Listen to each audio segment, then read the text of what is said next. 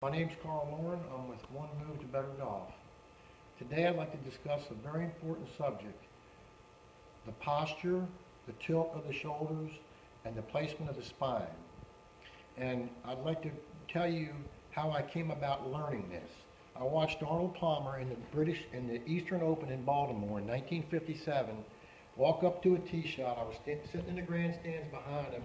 He walked up there, put the club behind the ball. He had his right foot, he took a little step with his right foot, and his hands almost touched his pants. He was very loose and relaxed. He had measured the distance from his left shoulder to the club head. That's the radius, the left arm. He had measured that, and then he got his distance away from the ball with his feet. So it was a two-step operation. First, it was the upper body position, and the club head measured to the ball. Then his feet, he knew how far to stand from the ball with his feet based on how far he wanted to stand.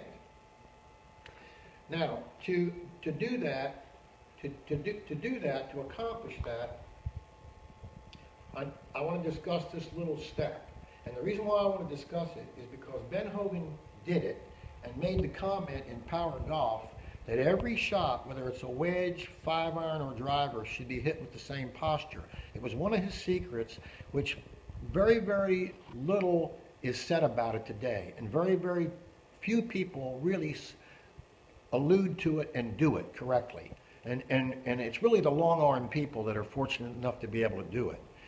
However, what it accomplishes is that when the posture is the same, because the amount of upper body bend is the same on every shot, then the shoulders, which the upper body is, the upper part of the spine is between the shoulders. The shoulders have the same angle in their motion, and the arms and the hands go in the same direction, and they turn or rotate, supinate and pronate the same amount.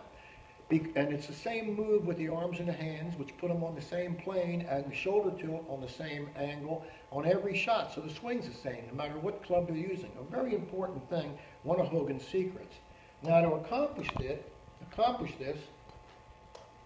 Arnold Palmer took this little step with the right foot, and when he did that, when he did that and did this right here, he put the club down with shoulder tilt. The club went behind the ball with shoulder tilt. Then he added a little hip flexion and a little knee bend after that. So he didn't anchor to hip flexion to get the club down. That's commonly taught today, and I think it's a very, very bad mistake. Because if you're using hip flexion to get the club to the ground, then if the ball's below your feet, you got way too much. If you're hitting a short club, you got more hip flexion than you do with a long club. It's a very bad mistake. It changes your swing drastically. And he also didn't use knee bend. Too much knee bend to lower restricts the shoulder turn. So what he did was use shoulder tilt to get to the ball. When he did that, he then added hip flexion and knee bend after that. Now, to accomplish this, the step is critical to make. Now, the step is something that is accomplished by a feel. It's not accomplished by mechanically trying to do it. And it's just a small little step in most cases. Now, to do this step, if a person takes, I saw a sketch on a wall in a gym on the 3 phases of a step. And I figured I'm doing phase 2. That's what Palmer did. Phase 1 is you walk along here and stop with your left foot perpendicular to the ground. And you'll find the weight runs from the heel to the metatarsal of your right foot.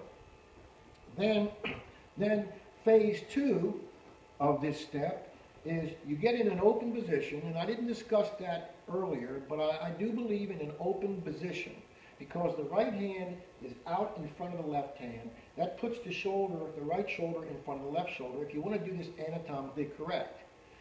Using Hogan as a role model in this, and Jay Abair as a role model, they faced the target a little bit, like half faced the target, before they took this little step. When they did take this little step, the weight, it was the same thing. This little step, which is maybe a 2-inch step, has the weight going on the right foot the same way as this walking drill does. Here, when you walk, this is perpendicular. The weight's on the weight from the heel to the metatarsal. when you're about half facing the target and you make a very small little 1 or 2 inch step, you do the same thing. The weight is from the heel to the metatarsal. Then the next thing you do is put a club in one of your hands. I prefer left hand, and while you make this little step, put the club down. Now what this step does is move, when you make this little step, your hip, when you transfer your weight, your hips move, they stay under you the same way they do in life. And by doing that, you stabilize that pelvic area so that when your right hand goes down on the club and your shoulders tilt, your waist doesn't go backwards, because you know why? It's moving forward. It can't go backward and forward at the same time. That keeps you up and makes you lower to the ball only with shoulder tilt. Having done that, you step away from it, and now you add a little hip flexion and a little knee bend, and you're in a good position. Now this maneuver right here is a critical maneuver in my opinion. This is what Ben Hogan did. I didn't invent it. I took it right from Hogan. He did it, and it enables you to hit every club with the same posture. If you can do that, you're on your way to better golf. Thank you.